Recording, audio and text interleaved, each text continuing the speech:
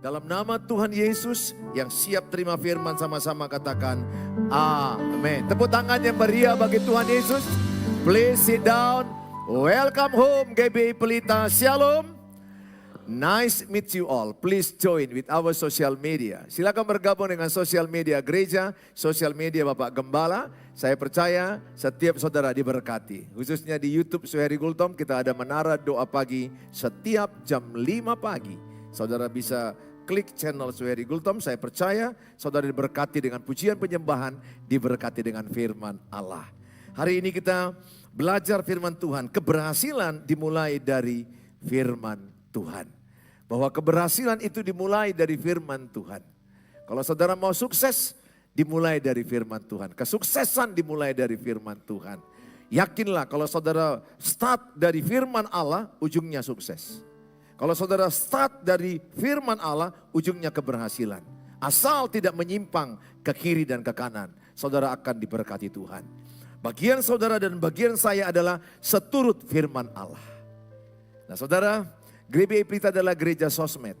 Jadi saudara boleh mengupload, nanti memvideokan bahwa saudara bisa menstorikan nanti setelah saudara pulang, saudara bisa menguploadnya.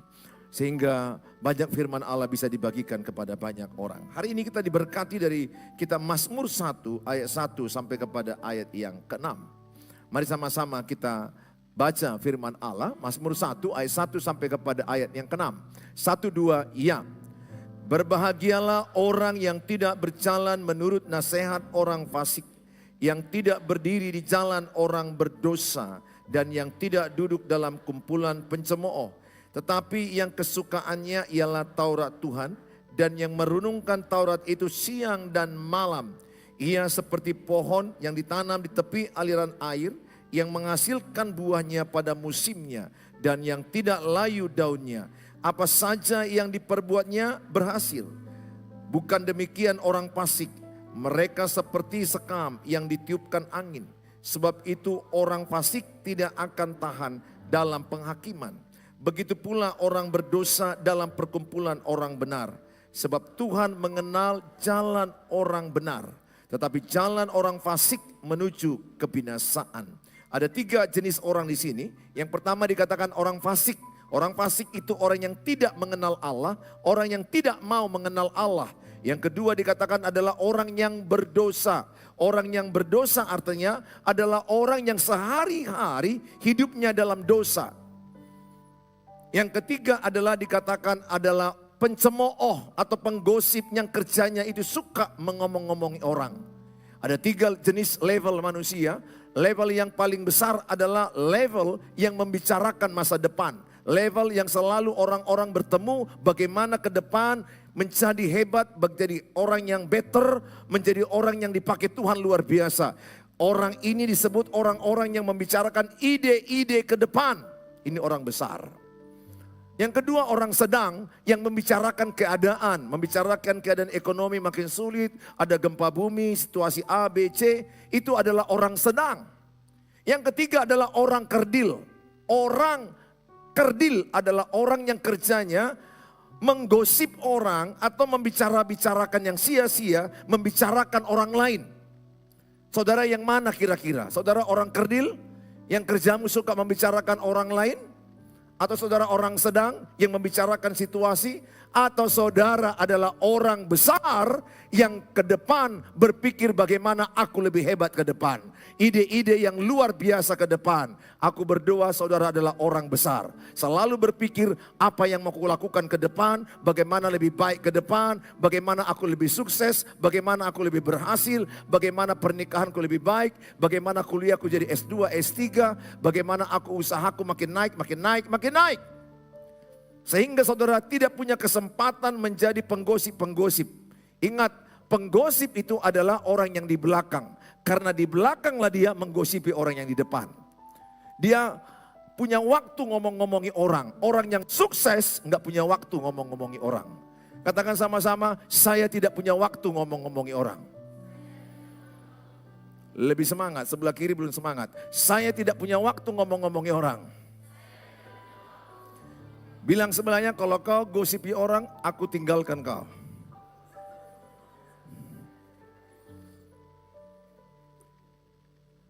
Karena selalu manusia kalau jumpa topiknya menggosip.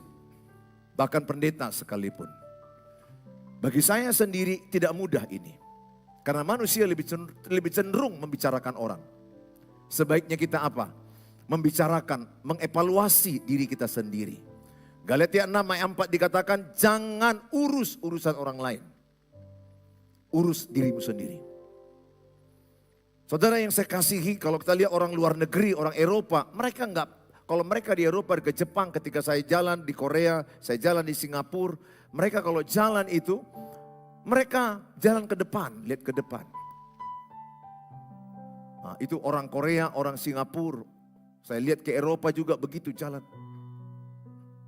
Fokus saja ke depan. Nampak nanti di Orchard Road di Singapura, dari belakang nampak itu orang Indonesia. Dari cara jalannya, yang kepo dengan orang lain. Enggak semuanya, tapi banyak seperti itu. Saya berdoa saudara jangan sibuk urus orang lain. Urus dirimu sendiri. Ya, karena yang dalam dirimu pun masih banyak yang rusak, yang perlu diperbaiki. Apa yang kita sibuk memperbaiki orang lain? Maksudnya kenapa kita sibuk membicarakan orang lain? Don't do it. Saudara, waktumu sangat sedikit. Nah, kita akan belajar, kalau kita lihat Mazmur 1 ini dikatakan, ayat yang ketiga dikatakan, ia seperti pohon yang ditanam di tepi aliran air, yang menghasilkan buahnya pada musimnya, dan yang tidak layu daunnya. Sama-sama kita baca, 1, 2 ya. Apa saja yang diperbuatnya berhasil. Coba dengan iman, apa saja yang kuperbuat berhasil. 1, 2 ya. Cara ngomongmu aja belum berhasil. Apa saja yang kuperbuat berhasil. 1, 2 ya. Apa saja yang kuperbuat berhasil. Sekarang apa yang sedang kau perbuat? Bayangkanlah itu berhasil. Ada yang jualan online? Bayangkanlah itu berhasil. Imanilah. Ada yang sedang PDKT mencari pacar?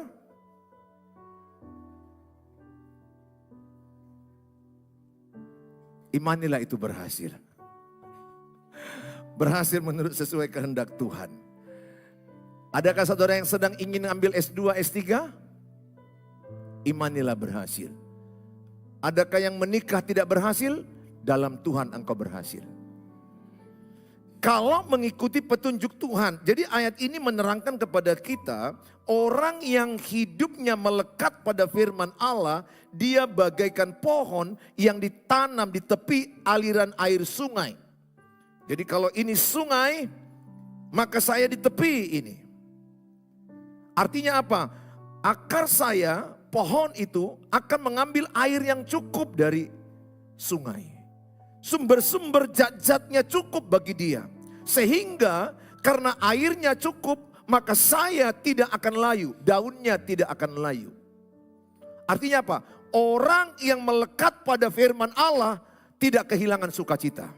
Tidak kehilangan semangat. Meskipun ada persoalanmu, wajahmu tetap 2S. Semangat, sukacita. Katakan wajahku, wajah 2S. 1, 2 ya. Wajahku, wajah 2S. Bilang sebelahnya, semangat, sukacita. 1, 2 ya. Amin. Bukankah saudara senang jumpa orang yang 2S? Semangat, sukacita. Lihat orang semangat kan transfer semangatnya. Lihat orang sukacita, transfer sukacitanya. Yang sebelahmu itu kalau nguap, transfer nguapnya. Pernahkah kau lihat di gereja, satu baris tidur semua. Transfer lagi ke belakang, satu kelompok ini semua jadi tidur. Saya pernah lihat loh di gereja. Awal-awalnya satu yang nguap. Yang sebelahnya juga udah mulai nguap. Makanya kalau engkau duduk dengan sebelah orang yang nguap, hati-hati. Sebentar lagi kau yang nguap.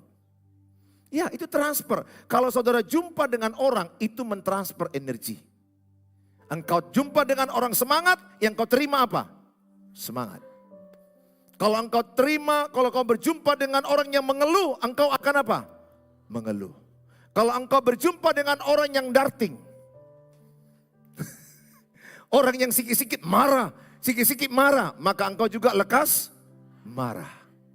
Hati-hati siapa yang dekat samamu. Nanti orang tuamu bilang, ku berangkatkan kau dari sini kalang kau baik-baiknya. Tapi sekarang kau kenapa pemarah? Karena engkau duduk dengan orang pemarah. Siapa temanmu, akan itulah sifatmu. Bertemanlah dengan orang yang ramah, maka engkau akan ramah. Bertemanlah engkau dengan orang rajin, maka engkau akan rajin. Bertemanlah engkau dengan orang disiplin, maka engkau orang disiplin.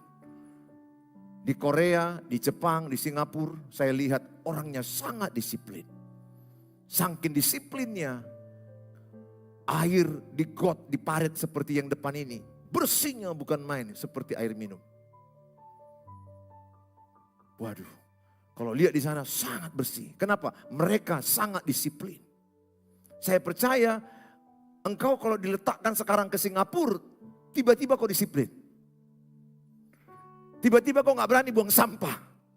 Karena kiri kananmu gak ada yang berani. Engkau pun jadi gak berani.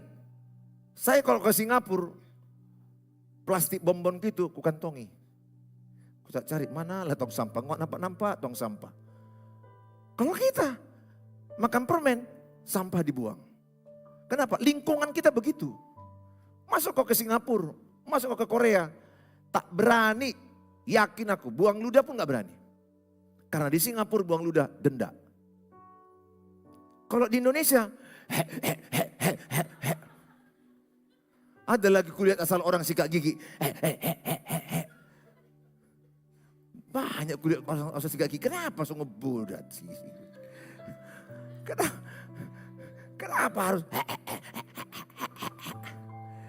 Ada kulihat, pernah gak kalian jumpai orang sikat gigi? Sikat gigi kan bagus-bagus saja. Tapi ada orang sikat gigi. Silnai kupikir. Pas makan pula dekatnya kan dia mandi sebelah, awak makan. Ini yang sering lu kujumpai. Kurasa di ruangan ini ada nih. Oh Tuhan Yesus. Kalau sikat gigi kan engkau kamar mandi, sebelahnya ruang makan. Orang lagi makan, gaya sikat gigi mau obat coy. Ini enggak. Ya Tuhan, ampun. Enggak tertelan makanan itu. Engkau tidak jumpai orang Korea begitu. Engkau tidak jumpai orang Singapura begitu. Engkau tidak jumpai orang yang terbiasa rapi dan bersih seperti itu. Itu kebiasaan buruk. Jangan teruskan kebiasaan sikat gigi seperti itu. Orang pasti akan bilang, aduh sial sekali lah dekat sama kau. Gara-gara itu kan kayak dahak mau kau keluarkan. Nah lo mati dah Ramadan dah. Yang mau mati rupanya. Kok sampai kayak gitu sih, sikat gigi biasa aja. Ya, yang begitu-begitu tolong bertobat kalian ya. Apalagi masih anak gadis, jangan begitu. Ya, nanti calon mertua mau bilang, cek dulu keturunan apa itu calon menantu gitu. Aijul Madai katanya, nah, apakah dia manusia? Ya, coba belajar yang terbaik saudara. Saudara, kita baca. Mengapa kita percaya Alkitab adalah firman Allah? Dalam 2 Timotius 3, 16-17 ditegaskan bahwa segala tulisan di dalam Alkitab adalah hasil dari hembusan nafas Allah. Alkitab tidak lahir dari pemikiran manusia, tetapi bersumber dari pengilhaman Allah. Jadi bukan Rasul Paulus menuliskan dengan pikirannya, bukan Nabi Yeremia, bukan Nabi Yesaya, tetapi Allah mengilhamkan kepada pikiran para rasul dan nabi menuliskan suara Tuhan dari Kejadian sampai Wahyu. Jadi Kejadian sampai Wahyu adalah suara Tuhan melalui para rasul dan para nabi. 2 Timotius 3 ayat yang ke-16 sampai kepada ayat yang ke-17. Mari sama-sama kita baca 1-2 ya. Segala tulisan yang diilhamkan Allah memang bermanfaat untuk mengajar, untuk menyatakan kesalahan, untuk memperbaiki kelakuan, dan untuk mendidik orang dalam kebenaran. Dengan demikian, tiap-tiap manusia kepunyaan Allah diperlengkapi untuk setiap perbuatan baik. 4 manfaat baca Alkitab di sini. 4M. M pertama apa? Mengajar. M kedua apa? Menyatakan kesalahan. M ketiga apa? M keempat apa? mendidik orang dalam kebenaran. Siapa yang tidak hafal 4M, nggak boleh keluar dari pintu.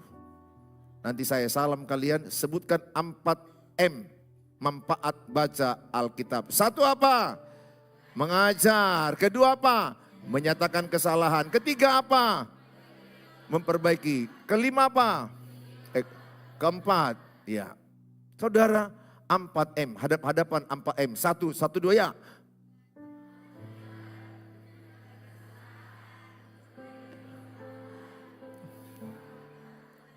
Ya, ada yang bilang aja, Jadi saya percaya orang yang baca Alkitab kelakuannya makin baik. Setuju? Setuju? Orang yang baca Alkitab hidupnya berubah. Betul? Orang tidak salut dengan saudara baca Alkitab kejadian Wahyu. Kejadian sampai Wahyu. Atau saudara baca saat teduh 2 jam, 3 jam. Orang gak peduli itu. Mau saudara bilang aku baca Alkitab 2 jam, 3 jam. Kejadian sampai Wahyu. Orang gak terlalu tertarik. Orang akan melihat apakah hidupmu berubah. Karena jelas kalau saya baca firman Allah, maka akan ada perbaikan diriku yang salah. Maka aku semakin hidup dalam kebenaran. Makanya saudara, saya mengajak sama saudara, bukan hanya mendengar, tapi jadilah pelaku firman Tuhan.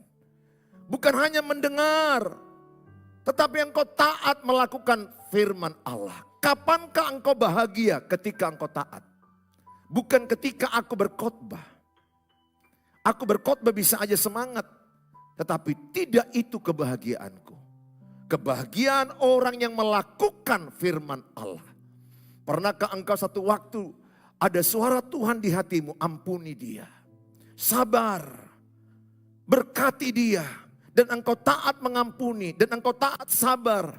Bahkan engkau memberkati musuhmu, memberkati orang yang memfitnah engkau, yang menyakiti engkau. Ketika engkau taat, maka engkau akan mendapat kebahagiaan itu. Berikutnya kita akan lihat. Karena inspirasi atau pengilhaman itu, Alkitab adalah firman Allah yang tanpa salah. Jadi Alkitab absolut benar, tidak ada salah. Sering manusia yang salah tafsir. Kenapa Alkitab tidak ada salahnya? Bukti historis yang selaras dengan sejarah dunia. Apapun yang terjadi di dunia ini sudah tertulis di Alkitab. Perang Timur Tengah, perang Israel sudah ada di Alkitab. Semuanya itu adalah bagian penggenapan Alkitab. Yesus lahir, sebelum lahir sudah disampaikan Yesus akan lahir. Bahwa Yesus akan mati di kayu salib. Oleh Nabi Yesaya, sudah disampaikan sebelum dia mati di kayu salib. Terjadi. Dia bangkit pada hari ketiga, terjadi. Sebelum dia bangkit sudah diberitahukan dia akan bangkit pada hari ketiga. Dia akan naik ke sorga, sudah diberitahukan dan terjadi. Percayakah saudara, Tuhan Yesus berkata bahwa dia akan datang yang kedua kali. Apakah saudara percaya Tuhan Yesus pasti datang yang kedua kali? Amin. Tuhan Yesus pasti datang yang kedua kali. Nantikanlah kedatangan Tuhan Yesus. Memang kita tidak tahu tanggal, waktu. Tapi Tuhan bilang berjaga-jagalah, bersiap-siaplah bahwa dia pasti datang yang kedua kali.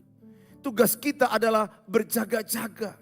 Dengan cara apa? Hidup dalam kebenaran. Dengan cara apa? Berdoa, baca firman Allah. Yang kusayangkan, banyak orang mendengar firman tapi tidak melakukan. Di Alkitab dikatakan ada 2 jenis manusia membangun rumah. Ada rumah yang dibangun di atas pasir. Mendengar tidak melakukan. Itu adalah membangun kehidupan di atas pasir. Maka ketika ada badai, rumahnya hancur. Kehidupannya hancur. Tapi ada orang bijak membangun rumah di atas batu. Dia mendengar dan melakukan firman Allah. Sehingga rumahnya kuat. Ketika ada badai, ketika ada hujan, ketika ada topan, rumahnya tidak roboh. Pesan firman hari ini. Apa yang saudara dengar, lakukanlah. Percaya ketika saudara melakukan firman Allah, engkau sedang membangun rumah di atas batu. Sehingga ketika ada badai, engkau tetap berdiri. Ada banyak sekarang pernikahan rumah tangga hancur. Ada banyak sekarang anak-anak muda stres. Generasi stroberi. Generasi yang muda galau. Generasi yang muda putus asa. Generasi yang sikit-sikit berkata stres kali aku. Frustrasi kali aku. Ini generasi stroberi. Yang sikit-sikit stres. Apakah ada di antaramu yang sikit-sikit bilang stres kali aku. Capek kali aku. Mau mati aku. Hancurlah hidupku. Engkaulah generasi stroberi itu kalau begitu. Tetapi saya berdoa dalam Tuhan. Apapun tekanan masalahmu, engkau akan berkata, bersama Tuhan Yesus aku cakap menanggung segala perkara. Engkau akan berkata, Allah turut bekerja dalam segala perkara mendatangkan kebaikan. Saya berdoa, engkau bukan generasi stroberi. Yang sikit-sikit capek, yang sikit-sikit mengeluh, yang sikit-sikit stres. Daya juangmu rendah, itu stroberi. Yang daya juangnya rendah, persistensinya rendah.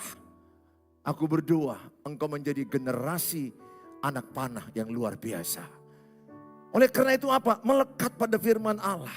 Manfaatnya apa? Yang pertama, memberi kebahagiaan dan menjamin produktivitas.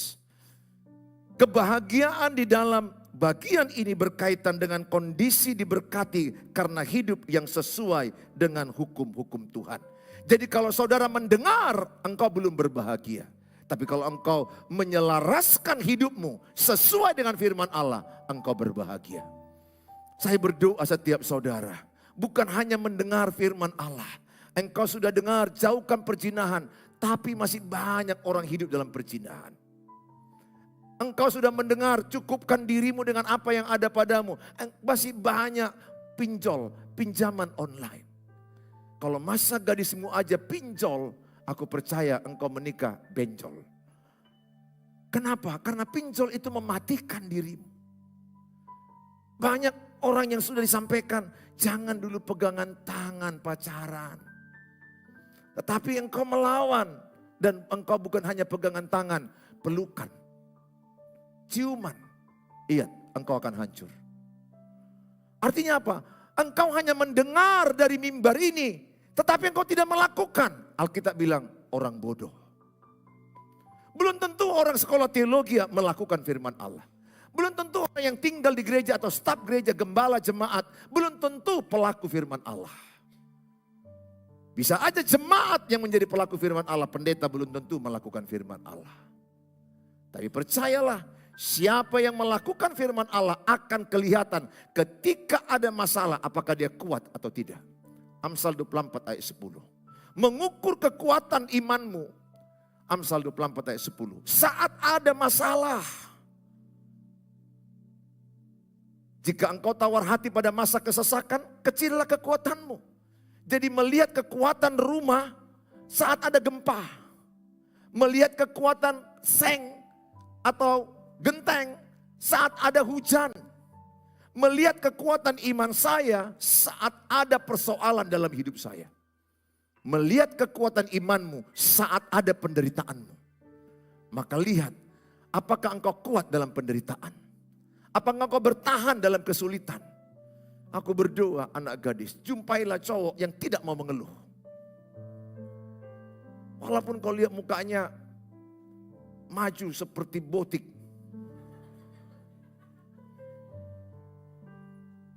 Do you know what is botik?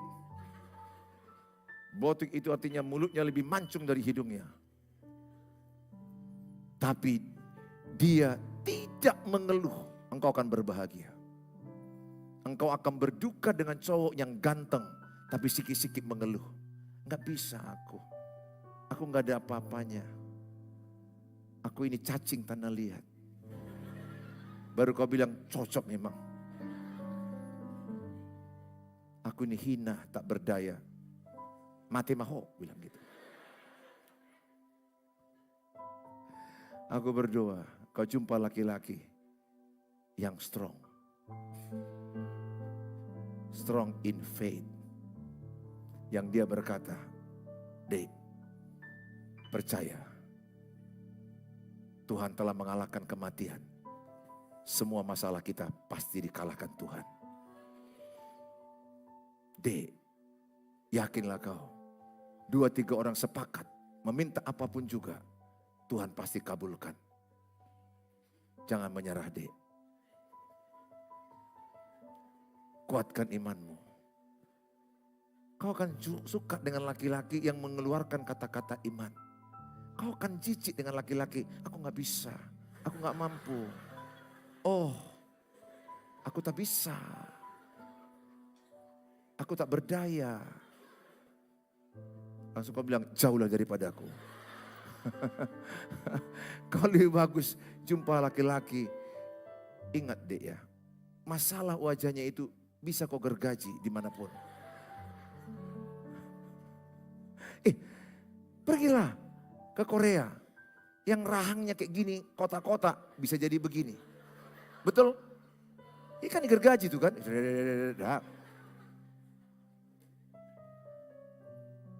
Yang ada gimannya, maju ke depan. Terlalu gampang itu. Ditokokkan, masuk. Ya, tapi dibius dulu lah, dibius. Di Korea, jangan kau tokokkan di situ. Maksudku, mengoperasi karakternya gak bisa. Betul? Gak bisa. Kau mau bawa ke Korea, operasi dulu karakter suami kini. Supaya jangan selingkuh aja kerjanya. Gak bisa. Gak bisa. Mengoperasi karakter itu dirinya dan Tuhan. Dan butuh waktu yang lama. Makanya Alkitab bilang, jangan tertipu kau dengan ketampanan. Dengar, buruku kasihan. Aku tahu, engkau wajah-wajah yang tertipu. Kau belum sadar sekarang, engkau sedang tertipu. Engkau masih tertarik dengan lihat laki-laki, ganteng, oh keren. Kau tertipu. Bukan saya bilang itu, Alkitab. Kalau engkau tertarik karena perempuan cantik penampilannya, kau sedang tertipu. Amsal 31 ayat 30. Kecantikan adalah kebohongan, kemolekan adalah sia-sia. Ketampanan adalah kebohongan, kegantengan adalah sia-sia. Carilah wanita takut akan Tuhan. Carilah cowok yang takut akan Tuhan. Oleh karena itu saudara, dalam pemilihan jodoh, ini jelas dikatakan. Kemolekan adalah bohong, kecantikan adalah sia-sia. Jadi dengar cowok-cowok, kalau engkau memilih cewek pertama karena cantiknya, selamat tertipu. Petunjuk Alkitab, engkau tidak boleh karena kecantikannya. Tapi engkau memilih dia karena dia awalnya takut akan Tuhan. Berarti memilih dari mana? Rohaninya dulu. Baru kau lihat jiwanya. Lihat apakah dia orangnya mudah marah, mudah tersinggung. Kalau engkau memilih seorang pacar, sikit-sikit tersinggung. Setiap minggu 3 kali tersinggung. Dan kau pun gak tahu kenapa dia tersinggung. Kau tanya sama dia, kok silent kau dek? Kok tersinggung kau dek? Apa salahku? Pikirkan sendiri. Apa gak mati kau memikirkan itu, cobalah. Apa salahku? Belum menikah loh. Dengar anak muda, kalau cewekmu sikit-sikit tersinggung, putuskan. Serius. Serius. Karena sifat tersinggungnya akan dibawa di pernikahan. Masalah pernikahan segudang. Banyak yang harus kau kerjakan. Habislah energimu mengurus ketersinggungannya terus. Senin tersinggung. Selasa kecewa. Rabu kepahitan. Kamis kecewa. Waduh, mati hidupmu. Artinya apa? Cewek itu belum bisa menata emosinya, tapi sok mau menikah. Habis hidupmu, habis. Putuskan itu. Sitiur, Naomi, Lisbeth, putuskan. Mana tahu kau disadarkan ayat ini. Aduh, untunglah aku diingatkan pendeta ini. Aku tertarik sama si Lisbeth karena kecantikannya. Oh Tuhan, sadarkanlah aku. Benar, saya serius. Bagi engkau yang pacaran, kalau engkau bukan ku bilang juga sempurna ya, tidak. Ini maksudku sikit-sikit tersinggung. Ngerti ya? Sikit-sikit tersinggung. Nanti karena WA-nya nggak dibalas, tersinggung. Maunya cewek itu baru dikasih langsung dibalas. Kalau bisa belum siap ketikannya udah dibalas.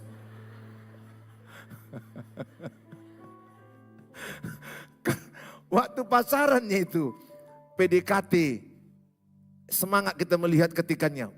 Apa ya.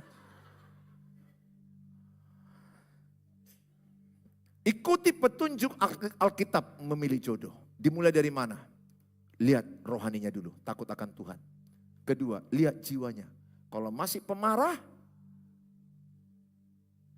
baik cowok, baik cewek, jangan lanjut. Pemarah artinya apa? Tukang marah. Ngerti ya? Bukan gak boleh marah. Pemarah artinya dia tukang marah. Senin marah. Selasa marah. Rabu marah. Marah. Mana lagi kalau dia marah pukul meja si laki-laki ini. Putuskan. Siapa dia berani bentak kau? Engkau belum istrinya. Tapi sudah berani dia bentak. Bang. Saya bilang putuskan. Tapi ada cewek yang kulihat very stupid. Udah dipukul pun dia. Dia bilang pukulan cinta bang. Malabab. Kuning-kuning kulihat bang, bintang-bintang. Dan aku pernah tanya loh, ini serius ku tanya. Kau masih cinta sama dia? Dia bilang, Yang ketawa ini salah satu itu.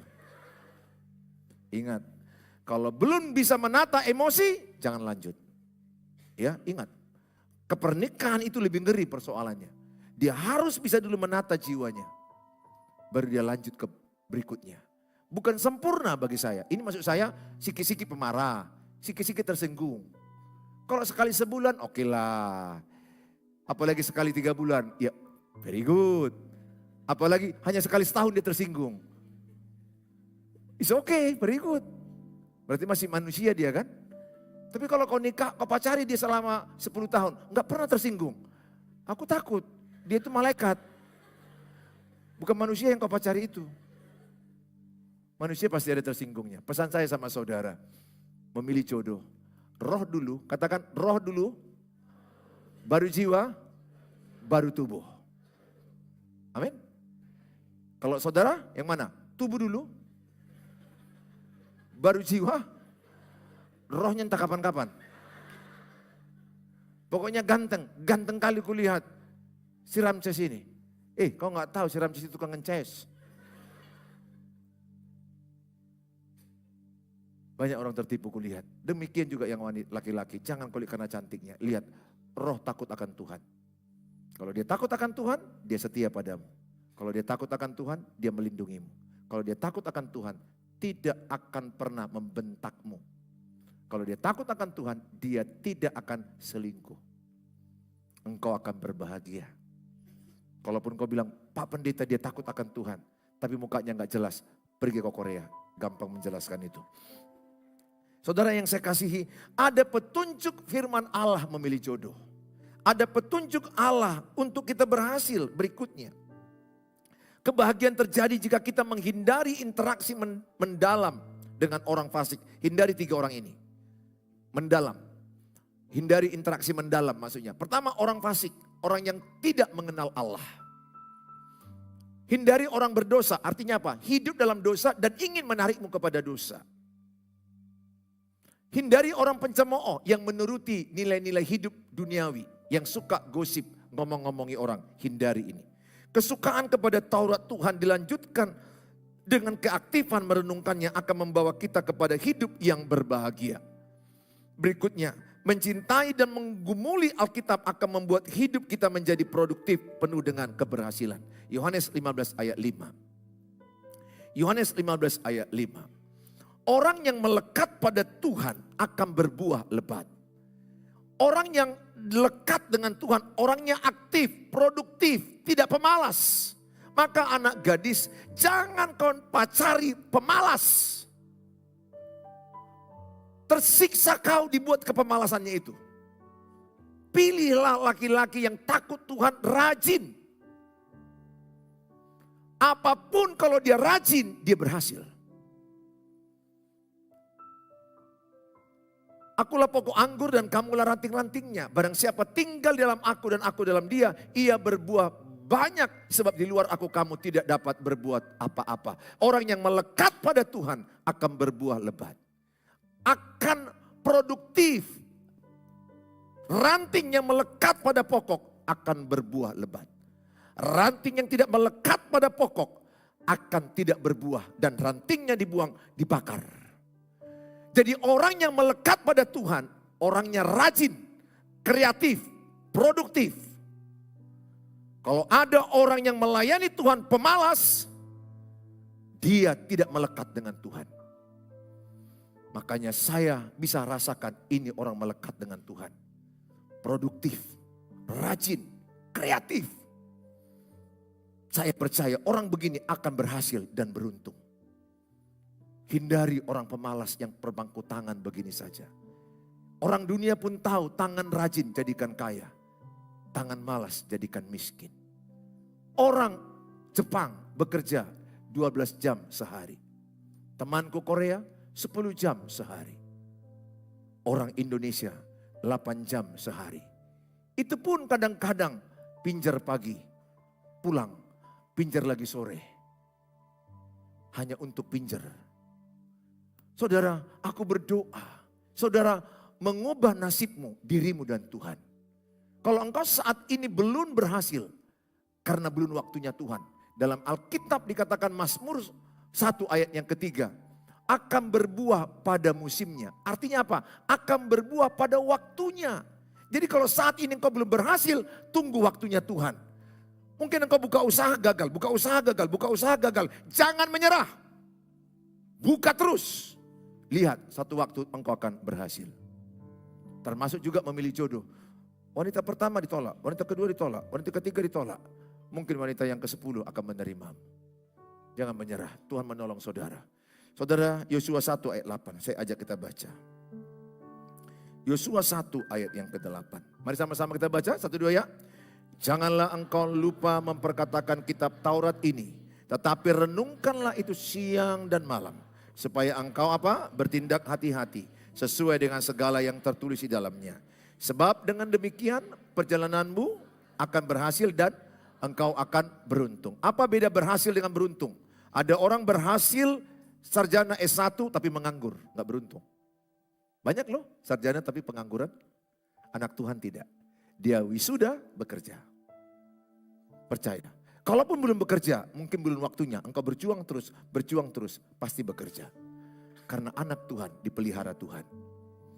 Ada orang berhasil dapat jodoh, menderita. Muka bengkak-bengkak dipukuli. Gak beruntung dia.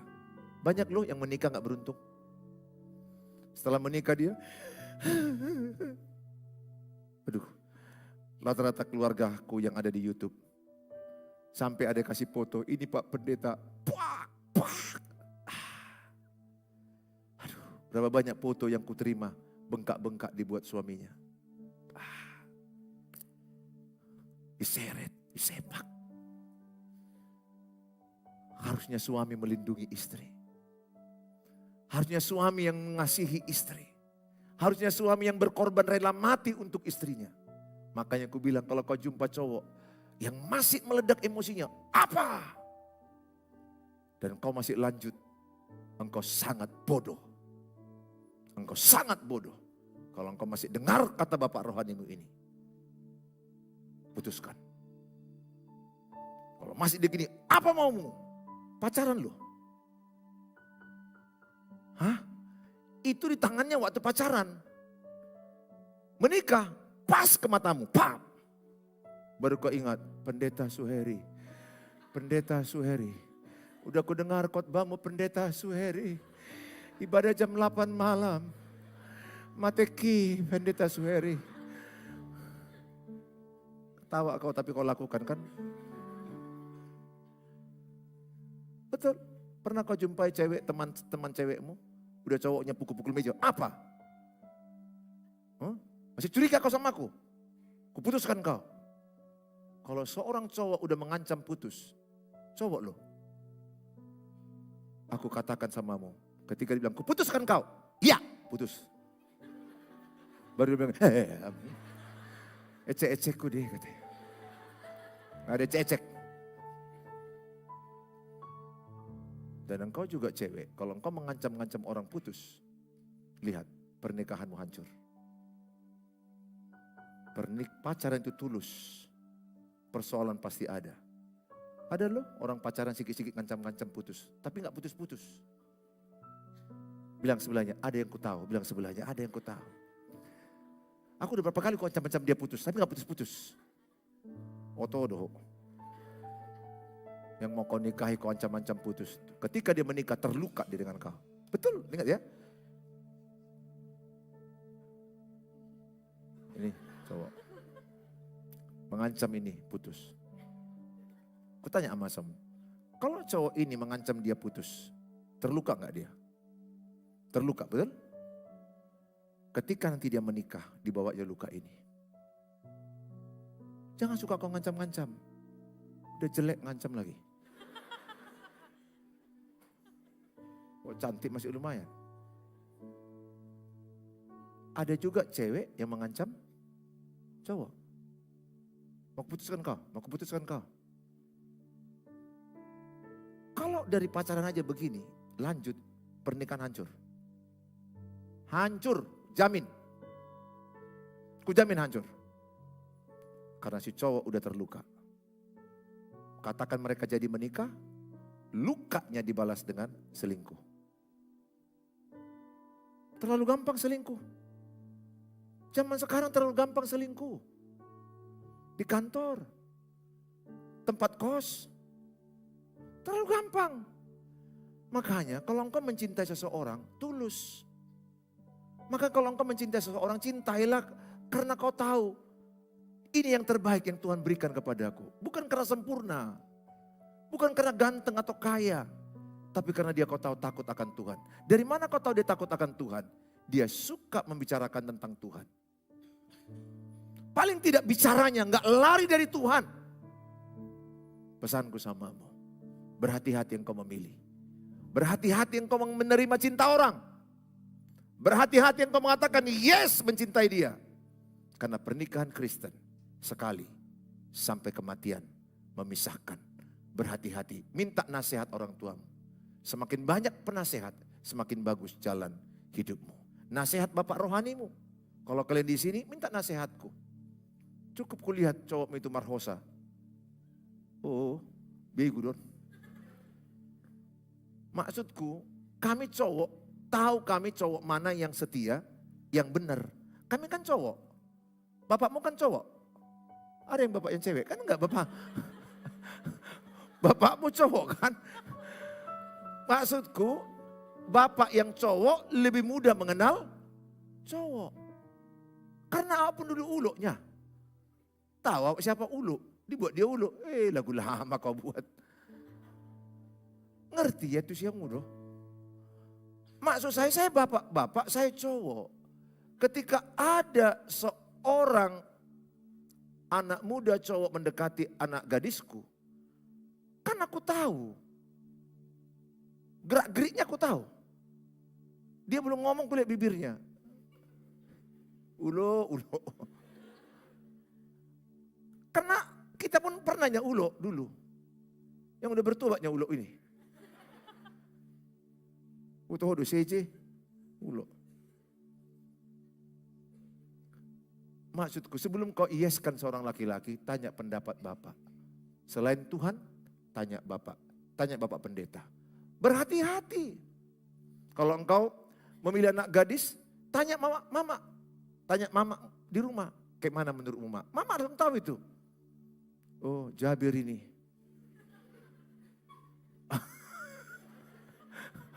Kalau bisa kau usah dengan inilah, habis kau. Mati kau. Soalnya kau anakku apa kali, lembut kali kau. Kalau ini habis kau. Karena mamanya pun Jabir, tahu dia siapa yang Jabir, betul enggak? Sesama Jabir kan tahulah. Ku tanya dulu, kalau sesama maling tahu enggak maling? Tahu.